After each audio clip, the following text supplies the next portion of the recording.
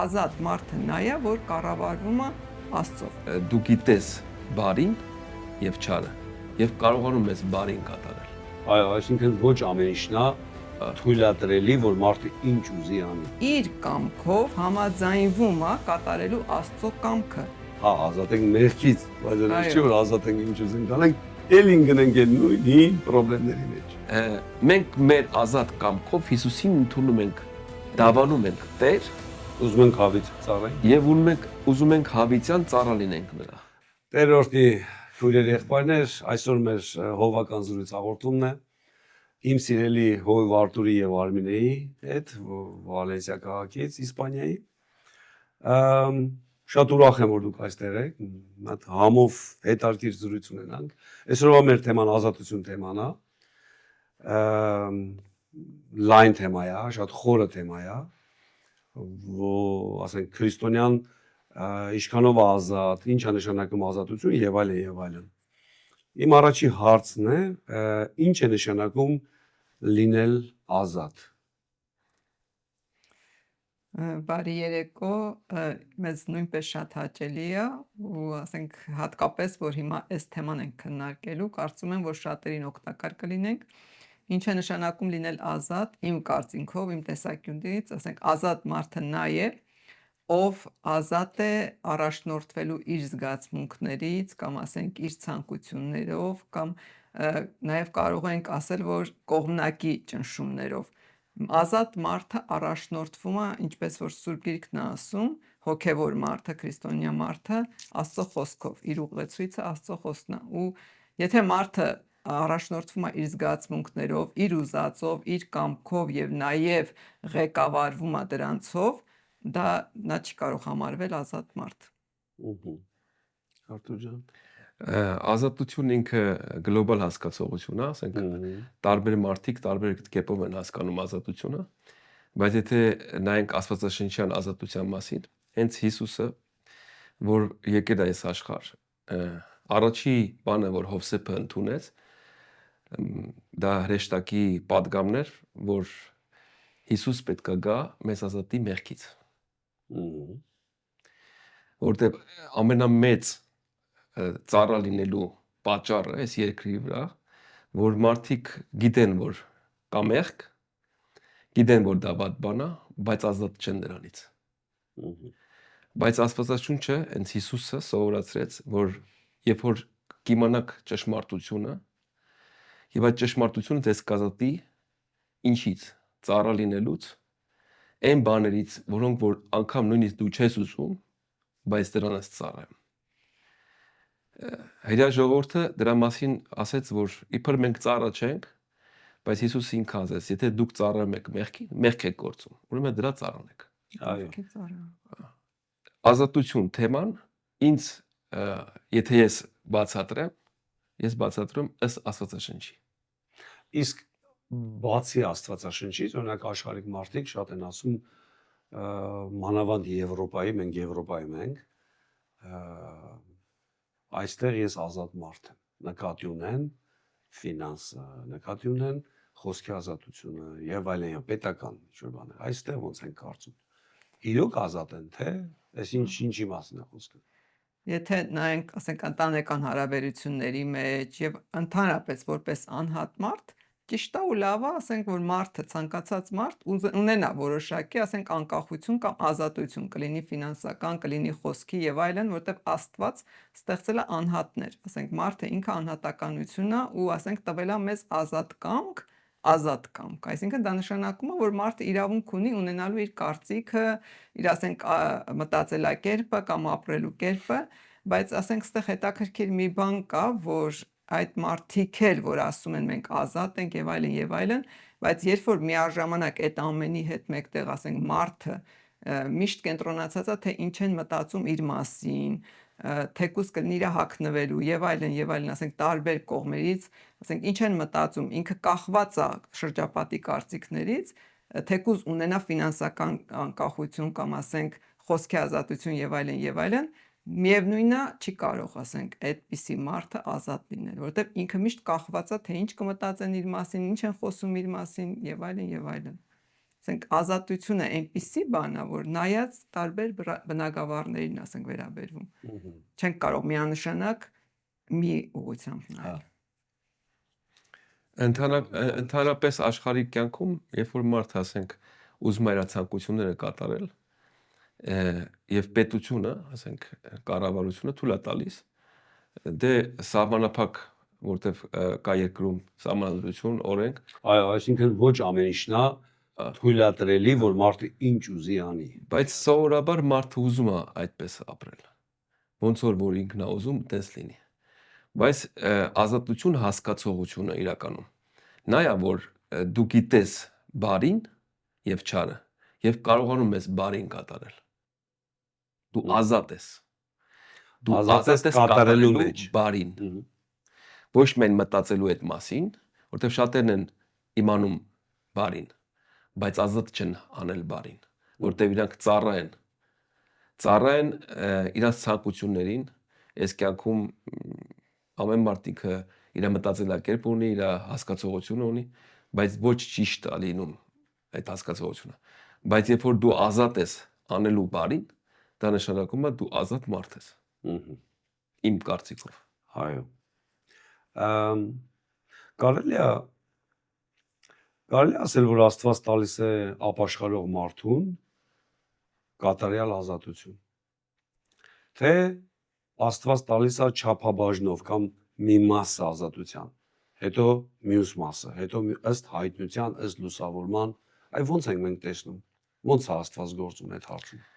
Առաջինը ինքը Հիսուսը սովորացրեց, ասեց կատարյալ եղեք, ինչպես իմ երկնավոր հայրը կատարյալ է։ Այո։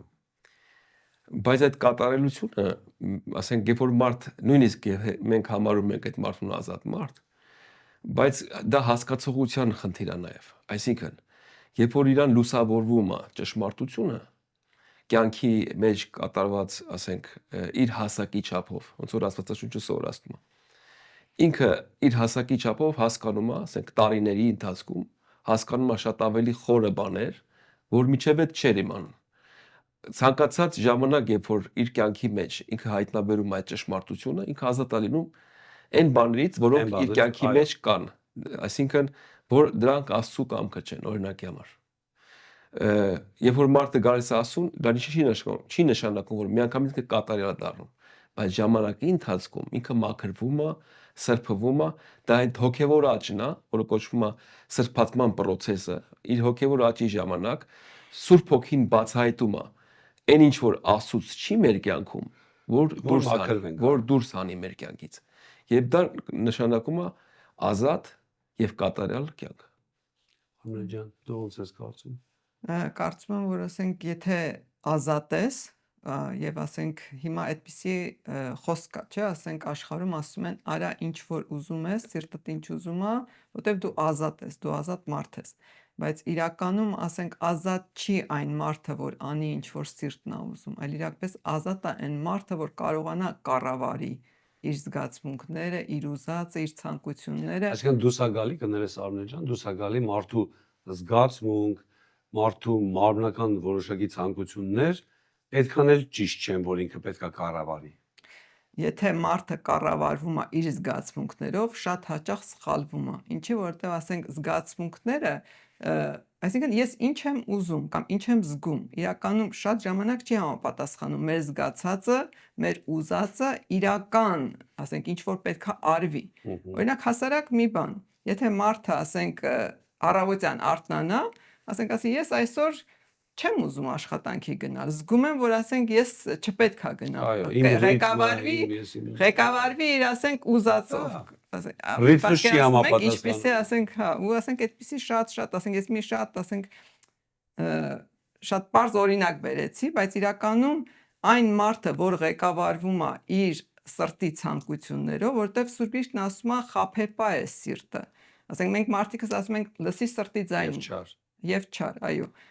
մենք ասում ենք լսի սրտի ձայնին, բայց ինչ է ասում Աստծո խոսքը, նաեւ ասում է, որ ասենք ամեն զգուշությունից առավել զգուշացիր քո սրտին։ Մենք շատ ժամանակ շատ բաներից զգուշանում ենք, նաև շատ մարդկանցից ենք զգուշանում, բայց իրականում Սուրբ Գիրքն ասում է ամեն զգուշությունից առավել զգուշացիր քո սրտին, իսկ սիրտը մենք գիտենք ինչա խորհրդանշում, մեր զգացմունքները, մեր ուզածը, մեր եւ այլն եւ այլն։ Իսկ ըստ Աստծո խոսքի, ասենք լավ է, որ երբ որ մեր ցանկությունները, մեր ամենը բերենք Աստծո լույսի ներքո ու քննենք ըստ Աստծո խոսքի, արդյոք Աստված էլ ուզում է, որպեսզի մենք անենք այն ինչ որ մենք ենք ուզում այդ պահին։ Իրականում կարծում եմ ճշմարտապես ազատ մարդը եւ հատկապես քրիստոնյան նա է, որ իր կամքով համաձայնվում է կատարելու Աստծո կամքը։ Դրա մեջ է իրական ազատությունը։ Ոչ թե անեմ ինչ որ ես եմ ուզում, այլ անեմ այն ինչը որ գիտեմ որ Աստված է ուզում որ ես անեմ։ Կլինի իմ կյանքի Բայց- համար, կլինի ասենք շրջապատի համար։ Բայց մարդը կարա այզև մտածի, որ եթե Աստված ինձ չազատի, ես ոնց ազատ կլինեմ։ Եթե Աստված ինձի 100% ազատություն չտա, ես ոնց ազատ կլինեմ։ Ու դրա մեջ կա ճշմարտություն։ Այո, Մարդը չի ի վիճակի չի։ Նույնիսկ ուզում էլ է, բայց չի կարա։ այո, որտեվ Սուրբիկն ասում է, որ որտեղ որ Սուրբ Հոգին է, այնտեղ ազատություն է։ Սա կարծում եմ հենց նույն այդ բանն է, որ Արտուրը մի քիչ առաջ ասենք մեկնաբանեց, որ սա կարծես process է, երբ որ մենք ընդունում ենք Տեր Հիսուսին, երբ որ Սուրբ Հոգին գալիս է մեր մեջ, արդեն այդ process-ի մեջ ենք, բայց այստեղ մի շատ կարևոր, ասենք, գործոն կա, մարդու գործոնը։ Արդյոք ես թույլ եմ տալիս, որ ասենք Սուրբ Հոգին գործի իմ մեջ ու ինձ բերի ամեն օր, ասենք, ինձ տանի ազատագրման, որովհետև դա process է։ Այո, մենք ազատվում ենք մեղքից, բայց կան նաև այլ, ասենք, բնավորության գծեր, սովորություններ, կամ ասենք խոսելաոճ, չգիտեմ, համբերության մեջ եւ այլն, շատ բաներ կա, որ ասենք մարդը քիչ-քիչ գնում է ազատության։ Օրինակ մի պարզ բան, մի մարդ կարող ասենք մեղքից ազատ լինի, սուտ չխոսի եւ այլն, բայց ինքը ազատ չլինի բարկանալուց։ Կամ ասենք չկարողանա ինքն իրան կառավարի։ Երբ որ հանկարծ ասենք իրեն մի բառ ասեն կամ այնպես չլինի ոնց որ ինքն է ուզում, չկարողանա կառավարել իրեն։ Դրանում պարզ տեսնում ենք, որ ասենք ոչ թե կառավարվում է Աստծո, այլ կառավարվում է իր ուզածում, այսինքն չկա ազատություն։ Իմ կարծիքով ազատ մարդը նա է, որ կառավարվում է Աստծով, ցանկացած, ասենք, իրավիճակի մեջ։ Ու դա շատ, ասենք, պարզ երևում է մեր առօրյա կյանքի մեջ։ Բայց չեն կարող չէ սենց ասել, որ եթե կառավարվում է Աստծով կամ Աստծո խոսքով ու միտեղ ընկավ, ուրեմն ինքը ընդհանրապես ազատ չի։ Մենք այդ ձև չենք ասում։ Իհարկե ոչ։ Անկամ նա վեր կկենա։ Բայց էլի ձգտի կառավարման։ Այո։ Էլի ձգտի, որ Աստծո խոսքը որոշող լինի, այլ ոչ թե։ Այո, եւ ամենակարևոր փաստը, որ ինչպես ասացինք, որտեղ Սուրբ Հոգին է, այնտեղ ազատություն է, տեղ տանք, որ իսկապես այդ Սուրբ Հոգին քիչ մեզ ազատագրի, մեզ Ինչի ասենք, քիչ, ինչի միանգամից չի ասում։ որտեվ ասենք սա նույնն է, այդ ազատագրումը եւ սրբացումը նույն process-ն է։ Ազատություն, սրբացում, դրանք այսպես կարծես ասած շատ քույր եղբայրները ասեմ, թե ոնց գրեթե նույն բանն է, որովհետեւ դա process է։ Այո, Ինչի մարդը է process։ ինչի է process, որովհետեւ Աստված այդպես է աշխատում։ Ինչի է process։ Օրինակ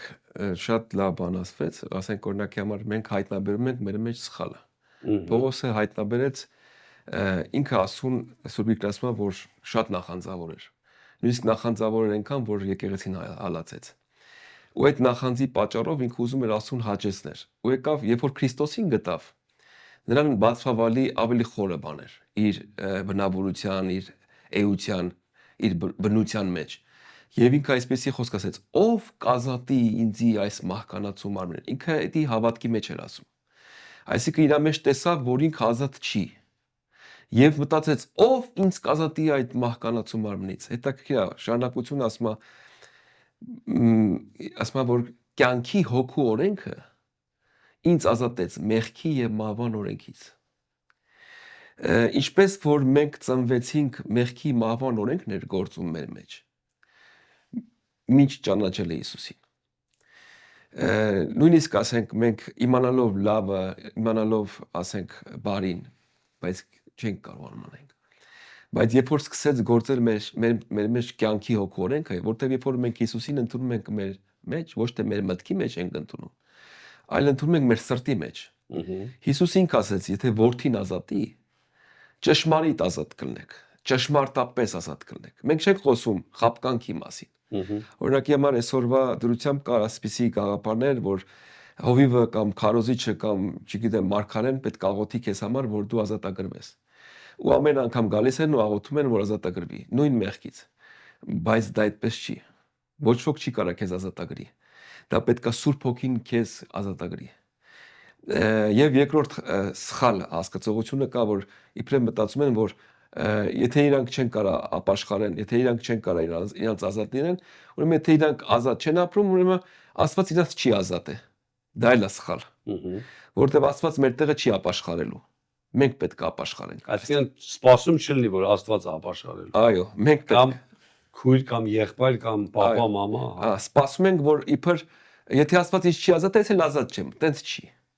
Որտեղ երբ որ դու ճշմարտությունը լսում ես, պետք է սրտիդ մեջ տեղ տաս։ Երբ որ ճշմարտությունը գալիս է քո սրտի մեջ եւ դու ցանկանում ես դա, Սուրբ Հոգին սկսում է գործել եւ կյանքի հոգի օրենքը սկսում է քո մեջ գործել։ Ոչ թե դու մտածում ես ինչպես ազատ լինես, դու տեսնում ես, որ դու ազատ ես։ Եվ որ պարագան գալիս է, որ դու մի ժամանակ ուրիշ ձևով ես ապրում։ Այդ պարագայի մեջ տենում ես, որ քո բնությունը փոխվել է, դու ուրիշ մարդ ես։ Այդ որ ասում են նոր մարդ, նոր արարած, դա Սուրբ Հոգու գործն է մեր կյանքում։ Բայց այն ժամանակ, երբ որ մենք ամբողջությամբ Հիսուսին տեղ ենք տալի մեր կյանքի մեջ, այդ ժամանակ Քրիստոսի ազատության հոգու գործը սկսում է մեր կյանքի մեջ։ Այդ process-ը։ Եվ դա չի խոսում այն մասին, որ մենք միանգամից կամ գալիս այդ պահը վերջնական էլ մենք էլ ազատվելու տեղ չունենք, չկա դες։ Մինչև մեր կյանքի մեջ մենք աճում ենք եւ սրբանում ենք եւ մոտենում ենք այդ լույսին, որ ինքը Հիսուսն է։ Այո։ Ազատություն եւ ծառայություն կամ Աստծո կամք կարելի է հավասարության նշան դնել։ Այսինքն եթե մարդը Քրիստոսով ազատ է, ուրեմն նա ծառայող պետք է լինի կամ Աստծո կամքը կատարող պետք է լինի։ Հավասարության նշան է, թե ոչ։ Ինչպես ասենք որդին, չէ՞, ասենք որդին, զավակը ինքը երբ որ մի բան է անում իր հոր համար, ինքը իր ազատ կամքով ինչ անում, ծառայում է իր հորը։ Ինքը որդի է, ունի որդիական բոլոր իրավունքները, բայց նաև ինքը իր ազատ կամքով համաձայն է ծառայելու իր հորը։ Նույնպես ասենք, ինչպես մենք լսել ենք, ասենք եւ լսում ենք, որ շատերն ասում են, մենք այլևս ազատի որդիներ ենք, մենք ազատ ենք, մենք որդի ենք եւ մենք ծառաներ չենք։ Տերը մեզ որդիներ է անվանում։ Այո, եւ ամեն դա ճշմարտություն է, բայց նաև մենք մեր Տիրոջ Տեր ենք, չէ՞ անվանում։ Եթե Տեր, ապա ծառա, չէ՞։ Ծառա, նաև Տեր ենք, ասում ենք Տեր, նշանակում է մենք էլ նրա ինչերն ենք, ծառաներն ենք։ Այստեղ կարծում եմ սա է, որ մենք որպես որդիներ, մեր հոր որդիներ, մեր ազատ կամքով համաձայն ենք ծառայելու մեր Տիրոջը։ Մենք կներես Արմեն ջան, մենք հայերենում ունենք ավելի խորը բառ, ըստիս, ստրուկ։ Մենք այդ բառը ընդհանրապես չենք օգտագործում, որովհետև հայերեն թարգմանությունների մեջ շատ գրած է ծառա բառը, բայց ինչքան ես եմ պատկերացնում, իհարկե դուք կարաք ուղեք, ուրիշ լեզուներով միշտ օգտագործում է ստրուկ բառը, այլ ոչ թե ծառա բառը։ Պողոս Արաքյանն ասում է Տիրոջ կապվածն եմ, չէ՞։ Հա, այսինքն ես լրիվ համաձայն եմ, որ ազատ, բայց պետք է իմանանք, որ հա ազատ ենք մեղքից, բայց այն չի որ ազատ ենք ինչ ուզենք անենք, ելին գնենք այդ նույն խնդիրների մեջ։ Արմենիայի միտքը շարունակեմ քոնել ստրուկ բառի հետ կապված։ 5 տակարանում սպեսի մի բան կար, երբ որ մեկը ծառայում էր Տիրոջը 7 տարի պայմանագրի էր։ Տիրոջը նկատի ունես մեկը ինչ որ մեկին, հա, ինչ որ մեկին ծառայում, չէ, ինչ որ մեկին ծառայում էր հրյա երկրի մեջ, Հրեաստանում։ Այսպեսի օրենք կար 7 տարվա պայմանագիր։ Երբ որ այդ մարդը շատ էր դուր գալի, որ միշտ ծառայեր այդ նույն Տիրոջը, գնում էր Տերը լավ այրան նայում, ինքը իր տանն է չազգում։ Գնում էր քահանային մոտ եւ քահանան իր աջ ականջի բլթակին օղ էր հագցնում, որ ինքը ուզում է միշտ հավիտյան ծառա լինի այդ Տիրոջը, այսինքն մինչեւ իր կյանքի վերջ։ Էլ չէր կարա դա փոխել։ Չէ, ինքը իր ազատ կամքով դառնում էր այդ Տիրոջ ծառան։ Այսինքն ինքը ինչ որ ուներ, իր ունեցվածքը, իր ընտանիքը, իր երեխեքը ամեն ինչ պատկանում էին այդ Տիրոջը։ Հա, ոտ լավն էր, իր դուրը գալիս։ Իր ազատ կամքով։ Քրիստոնեական կյանքում նույնն է։ Մենք մեր ազատ կամքով Հիսուսին ընդունում ենք, դավանում ենք Տեր Ուզում ենք հավից ծառային։ եւ ուզում ենք հավիտյան ծառա լինենք նրա։ Այդ արտահայտությունը միգուցե տերից է եկել, որ ականջի տողարա ու խելքդ գլուխը հավաքի։ Կարա լինի, բայց սա շատ կարևոր թեմա է, որ երբ որ մենք համաձայնվում ենք Հիսուսին հետևել եւ ծառայել, մի հատ խոսք կա, հենց Հիսուսն ասում, որ ես եմ աշխարհի լույսը, նա որ իմ հետևից գա, խավարի մեջ չի քայլի, հապա ճշմարիտ լույսը կունենա եւ կրածա կյանքի լույսը կունենա։ Հիսուսի հետևից գնալը խոսում է այդ ազատության մասին, բայց Հիսուսի հետևից գնալը չի խոսում այն ինչ որ մենք ենք ուզում անենք։ Հիսուսի հետևից գնալը խոսում է Հակառակն է։ այն ինչ որ ինքն է ուզում անել։ Այսինքն ազատ Աստվածաշնչյան ազատ լինելը դա է, որ մենք մեր ազատ կամքով համաձայնվում ենք դառնանք Հիսուսի հետևորդ։ Այսինքն ծառա եւ ծառա, ստրուկ, եւ ծառա, եւ ստրուկ, եւ մեր ազատ կամքով համաձայնում ենք, որ նրա կամքը գլխավորի մեր կյանքում։ Մեր ինչին է դա պետք։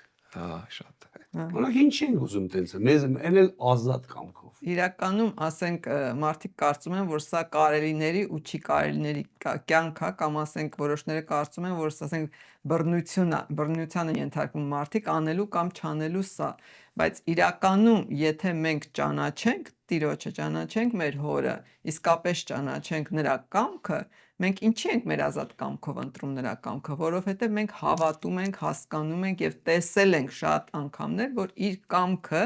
լավագույնն է մեզ համար, ինչպես որ Սուրբ Գիրքն ասում, որ դա բարի, հաճելի եւ կատարյալ։ Օրինակ մի պարզ բան, ես ասենք ուզում եմ սա իմ ապագայի համար, բայց ասենք ես չգիտեմ իմ ապագայում ինչա լինելու։ Մենք գիտենք մեր կյանքի մինչև ենթադրենք մեկը 40 տարեկան է, մեկը 50, մինչև այդտեղ գիտի, բայց նա միգուցե ապրելու է 70 տարի, իսկ Տերը գիտի նրա 70 տարին մինչև։ Եվ դրա համար ասենք մենք ընտրում ենք Տիրոջ կամքը,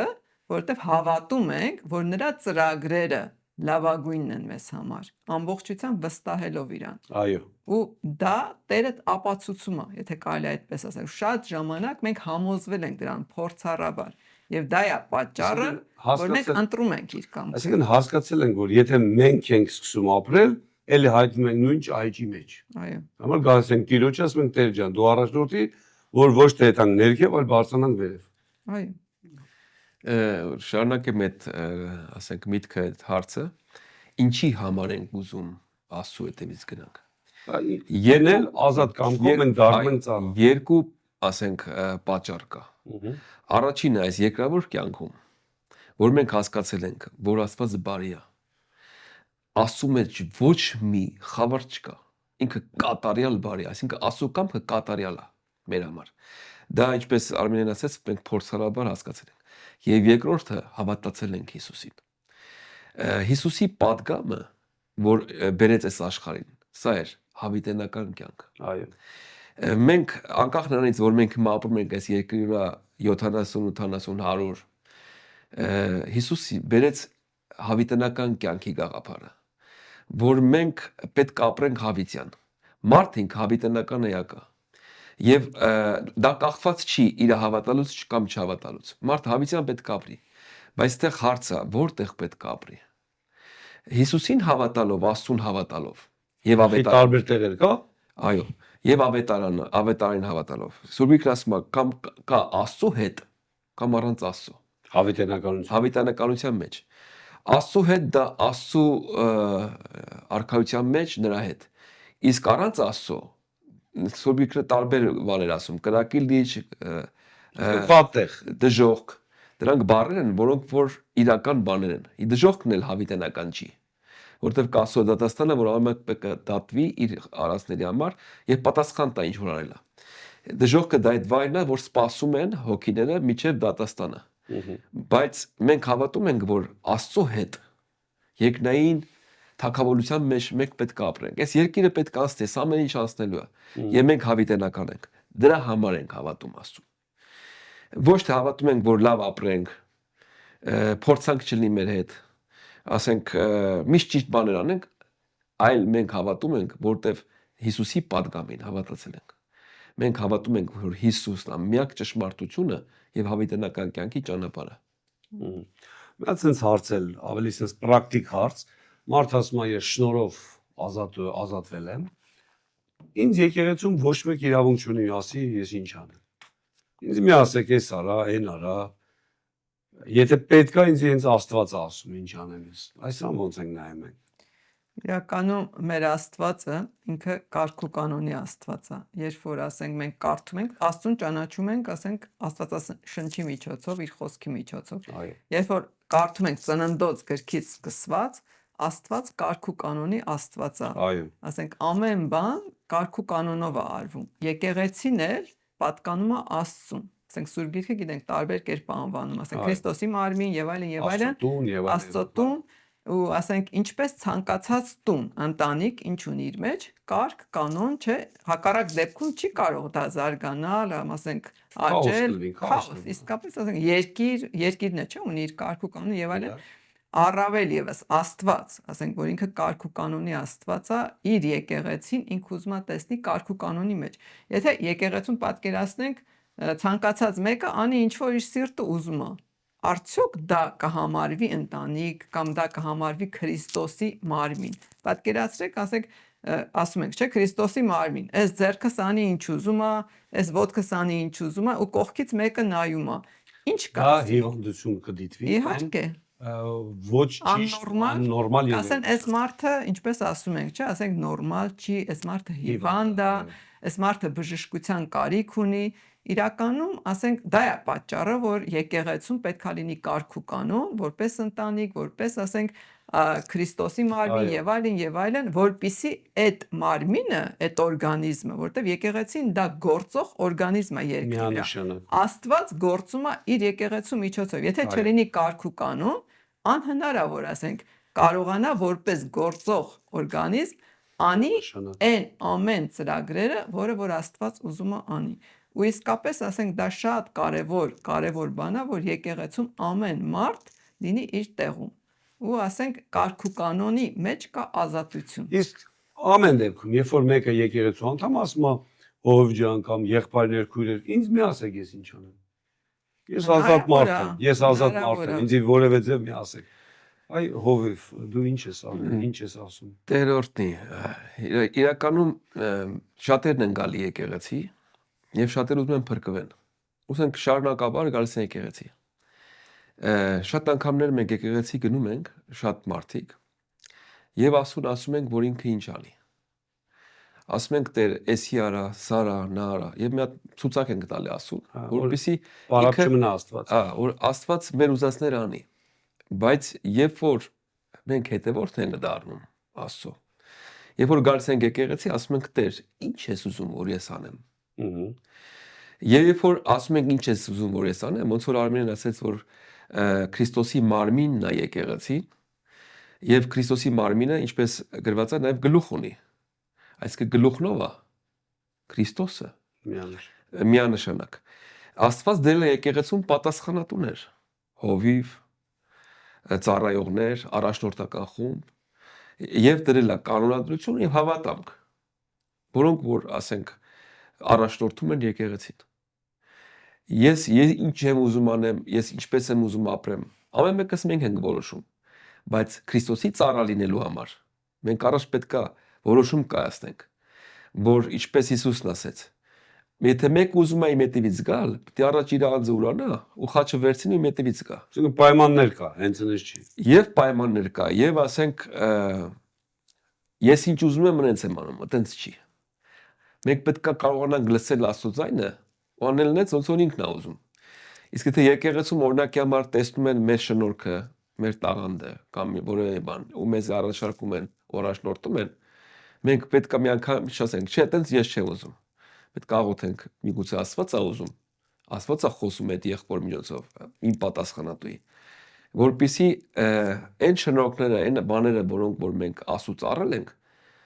շինության համար եկեղեցու օգտագործենք, ու Աստված փառավորվի։ Ամեն ինչ կատարվում է եկեղեցում, որպեսզի Աստված փառավորվի։ Եվ մեր հոգևոր եւ եկեղեցու համար շինություն լինի։ Եվ եկեղեցու շինության համար։ Իհարկե։ Կարծիք կա, որ եկեղեցին արգելք է հանդիսանում մարդկանց ազատությանը։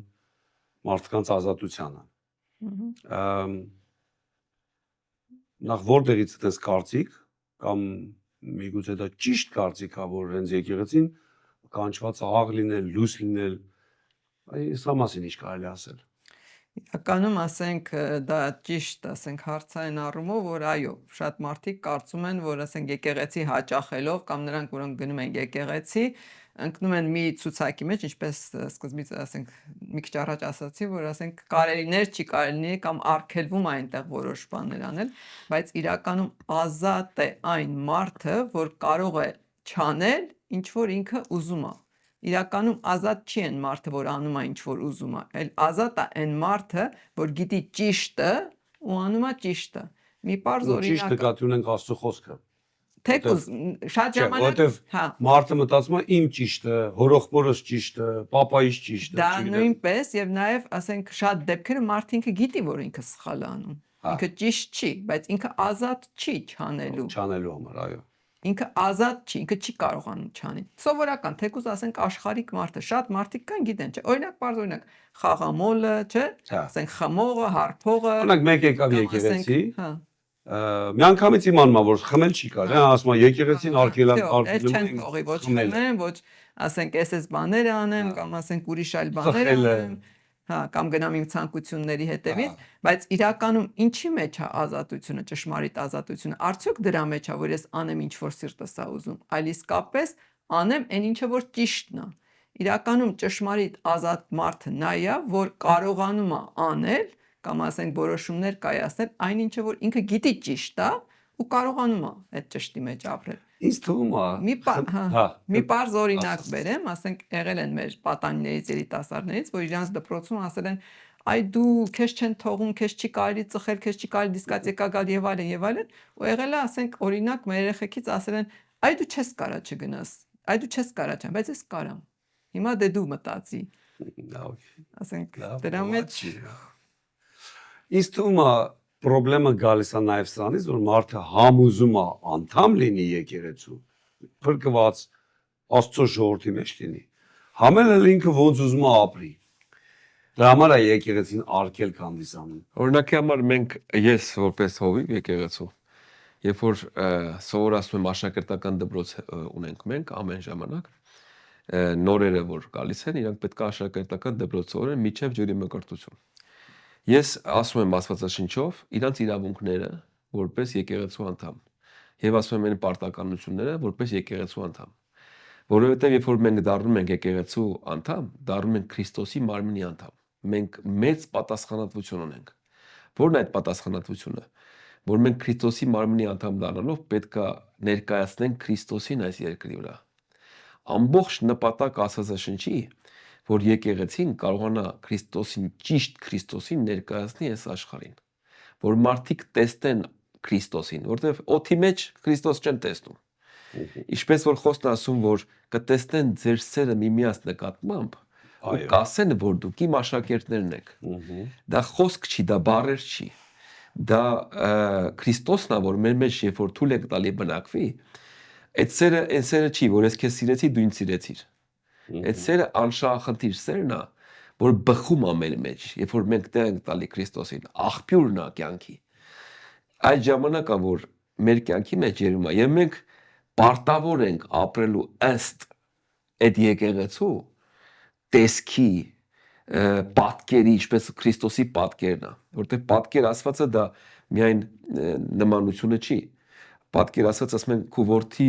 քո հոր պատկերն է, այսինքն իր բնավորությունը, իր բնությունը։ Մենք էլ պետք է Քրիստոսին այնքան նմանվենք, որ աշխարհը տեսնի մեզ ու ասի այս մարդը Քրիստոսի նման էր։ Այդպեսի մի հատ օրինակ կա, որ մի քարոզիչ որոշում է գնալ ինչ-որ մի գյուղ, հերո մի գյուղ, որտեղ ավետարան քարոզի։ Երկար է փորձում այդ լեզուն չի կարող սովորի։ Բայց ավետարանն է քարոզում։ Հետո ապրում է, իր ձևով ապրում է, հետո էլ մահանում է։ Հետո մյուս ուրիշ քրիստոնյաներ են գնում։ Սկսում են Հիսուսի մասին խոսալ։ Հիսուսը ով էր, ինչպիսին էր, ասում են, մենք ճանաչում ենք Հիսուսին։ Ո՞նց եք ճանաչում։ Հա, Հիսուսը եկավ, մեր մեջ ապրեց, մահացավ։ Այդտենց էլ ոնց որ Հիսուսի մասին էին խոսում, որ ով է Հիսուսը։ Մարդը լեզուն չիմանալով իր կյանքով է ավետարանը։ Կյանքով ավետարանը քարոզ է։ Ու իրանք ճանաչում էին միջև այդ Հիսուսի բնությունը, Հիսուսի բնավորությունը, Հիսուսի սերը, քաղցրությունը։ Այդպես մենք պետք է ներկայանանք այս երկրին, որ աշխարհը տեսնի, որ Քրիստոսը իսկականից գոյություն ունի։ Ամեն։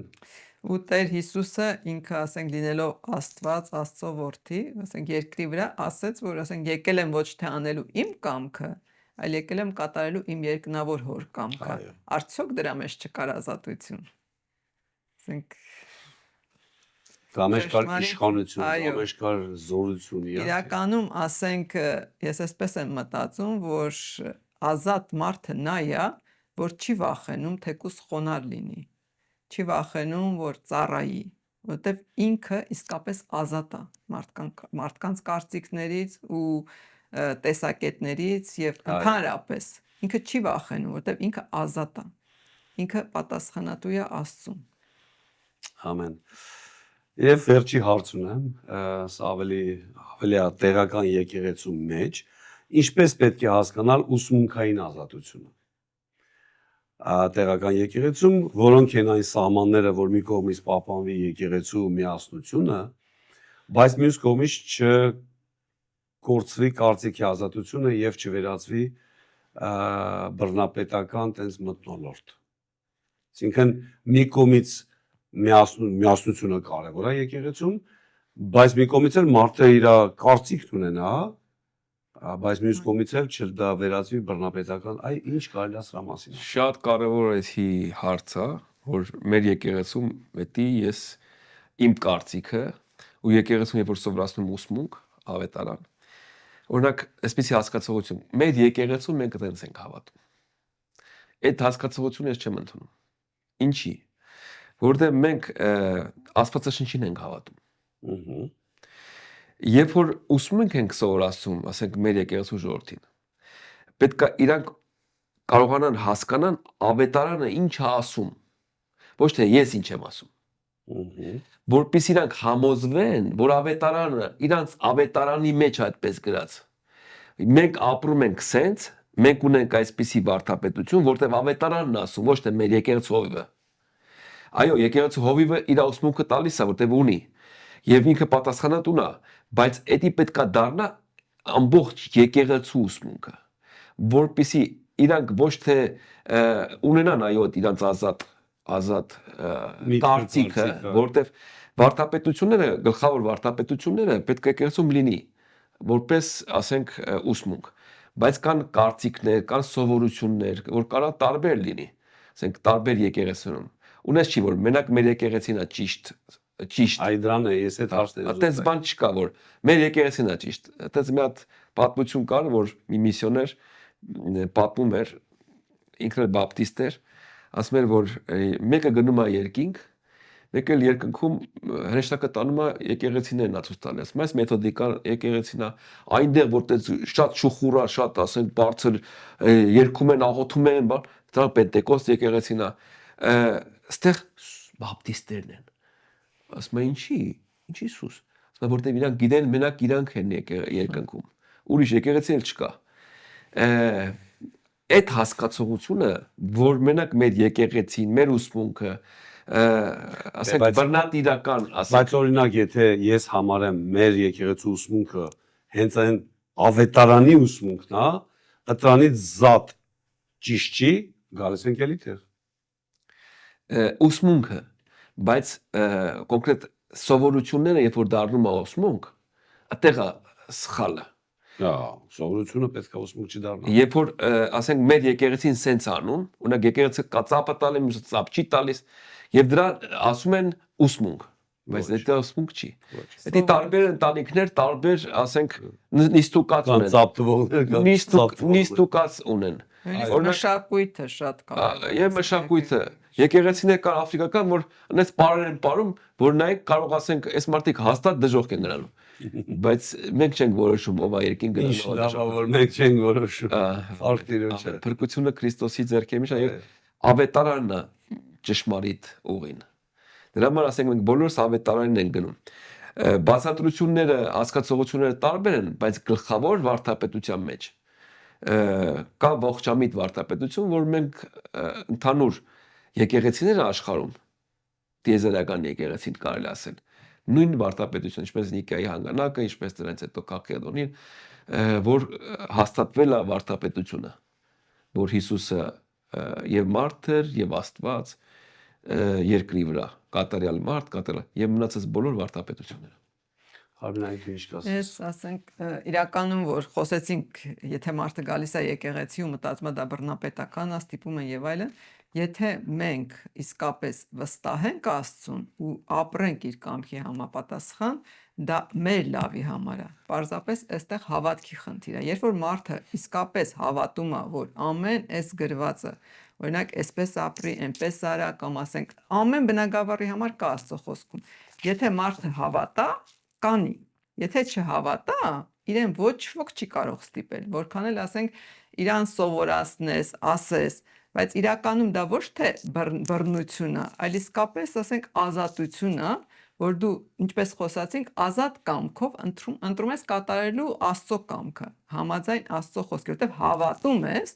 որ Աստված ավելի լավ ծրագիր ունի քեզ համար ու իր այդ ամեն խորհուրդները, ինչպես որ եթե դու հետևես դրանց, ավելի հաջողակ կլինես, քո կյանքը ավելի նույնիսկ առողջ կլինես, քո ընտանիքը ավելի երջանիկ կլինի, այսինքն Աստծո խոսքին հետևելը միայն եւ միայն մեր շահերից է բխում։ Բայց օրինակ եմ ասում։ Ասենք ձեր եկեղեցի եկել է մկրտական եկեղեցուց մի հատ եղբայր, տեղափոխվել են եկել է ձեր եկեղեցի ու էլի Աստվածաշնչի խորը տեղերի հիման վրա իրանց ուսմունքից է խոսում, ասում է, էս էլ է ճիշտ։ Կարա լինի, հնարավոր է։ Իրականում ասենք Ասենք ո՞նց կարելի է այդ միությունը պահպանել։ Այսինքն ով է որոշում, ո՞նց է արվում, այ ո՞նց կարելի է բռնապետական չլինի, բայց նաև չվերածվի ով ոնց ուզում է, ով ոնց մտածում է։ Իրականում կա առողջ վիճաբանություն, որ ասենք Աստված մեզ ստրուկներ չի ստեղծել, ամեն մեկից տվել է ազատ կամք ու կարող է ամեն մարդ արտահայտել իր կամքը։ Ու իրականում ինչպես Սուրբ Գիրքն է ասում, որ երկու հոգի չեն գնա, եթե մի կարծիքի չլինեն, կա ասենք բանավեճ, կա ասենք որ մարդիկ բանավիճում են կամ ասենք միասին զրուցում են, եթե գալիս են ընդհանուր հայտարարի, կարող են շարունակել միասին, իսկ եթե ոչ, բնականաբար ասենք չեն կարող շարունակել։ Ինչպես ասենք Պողոսն ու Շիղան եւ այլն, Աստվածաշնչում էլ ունենք տարբեր օրինակներ, որ ասենք Աստված նույնիսկ չի ստիպում, որ տարբեր կարծիքների մարդիկ, որտեղ իրենց միաբան լինելուց միայն ասենք եկեղեցին կտուժի, միայն իրան շրջապատի մարդիկ կտուժի, այսինքն ոչ մի արդյունք չի լինի։ Ու հնարավոր է որ լինեն մարդիկ, որ ասենք չկարողանան միասին միաբանվել։ Ու ասենք լավ է այդ դեպքում առանձին գործել։ Ամենևին բայց եկեղեցում վարդապետությունը շատ կարևոր է։ Օրինակ Պողոս ասում է առաջի Կորինթացիս 10-ի մեջ, 1:10-ի մեջ, որ եղբայրներ կաղաչեն, որ ձեր վարդապետությունը ուսմունքը, ձեր անգամ հասկացողությունը մեկ լինի, միաբանություն լինի։ Այսինքն եթե երկուս է լինում վարդապետությունը, ասեն եկեղեցին արդեն բաժանման շեմին է։ Դրա համար պետք է մեկ մտքի ու մեկ կարծիքի վրա հաստատված լինենք։ Ու դա ապահովում են եկեղեցու առաջնորդները, որ եկեղեցում լինի ճշմարիտ վարդապետություն եւ մեկ մտքի վրա, մեկ գաղափարի վրա հաստատված։ Իսկ եթե մեկ ուրիշը գալիս է իրանն ուզում ասի, դա իրավունք չունի։ Եթե ուզում մնա եկեղեցում, թող մնա։ Չենք հանի եկեղեցի։ Ես կներես այս օրինակը բերեցի մեկ ուրիշը եկավ, բայց նաև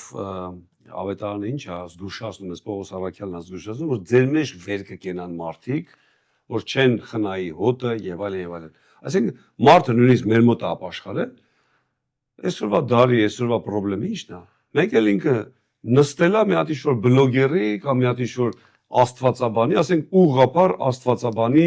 քարոզներն է կամ ուսմունքների վրա է նստած։ Ու նա բերում է օտար, ասենց ասած, ուրիշ ուսմունք եկեղեցի։ Դրա համար մենք պետք է ունենանք զանազանության հոգի, որ զգանք, տեսնենք, որտեղից որտեղ է գնում, որտեղ դրանք շատ կարևոր բաներ են, որտեղ եթե եկեղեցին սկսեց տարբեր ուսմունքներ մտնել, եկեղեցին կբաժանվի։ Կան երկպարակություններ, բաժանումներ, հենց տեղ ասում Պողոսը, որ չլինեն ձեր մեջ երկպարակություններ, բաժանումներ, այլ բոլոր եկեղեցին մեկ մտքի վրա, անգամ մեկ կարծիքի վրա հաստատված լինի։ Եվ դա շատ կարևոր է, որ դրա վրա շատ աշխատանք լինի եւ բոլոր խմբերում, տնային խմբերում եւ ընդհանուր եկեղեցում։ Կապես ինչպես տարբեր, ասենք, հաստատություններում, ասենք,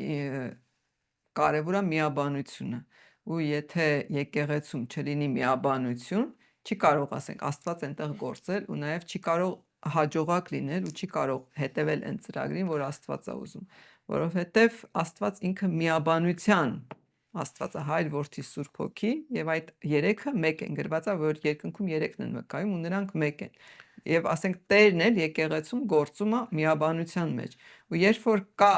տարբեր կարծիքներ, արդեն այնտեղ ոչ թե բաժանումը գալիս է, որ մեկը գնաց կամ մեկը հակառակ ասես, չէ, բաժանումը սրտից է։ Կարող է, հնարավոր է, որ մեկը այլ կարծիք ունենա, բայց այստեղ իմ կարծիքով ամենակարևորը, որ մարդը բաց լինի հասկանալու,